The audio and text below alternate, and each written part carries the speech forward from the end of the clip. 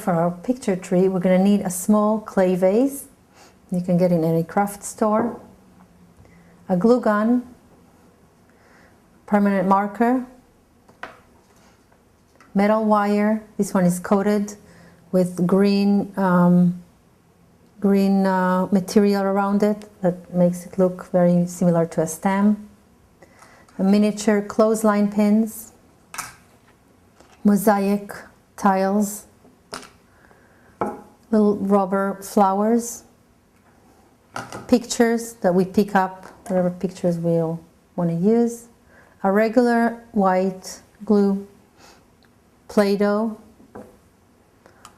scissors, heavier scissors to cut the metal wire, more smaller scissors which are easier to control when we want to cut the pictures to a certain shape, an X-Acto knife,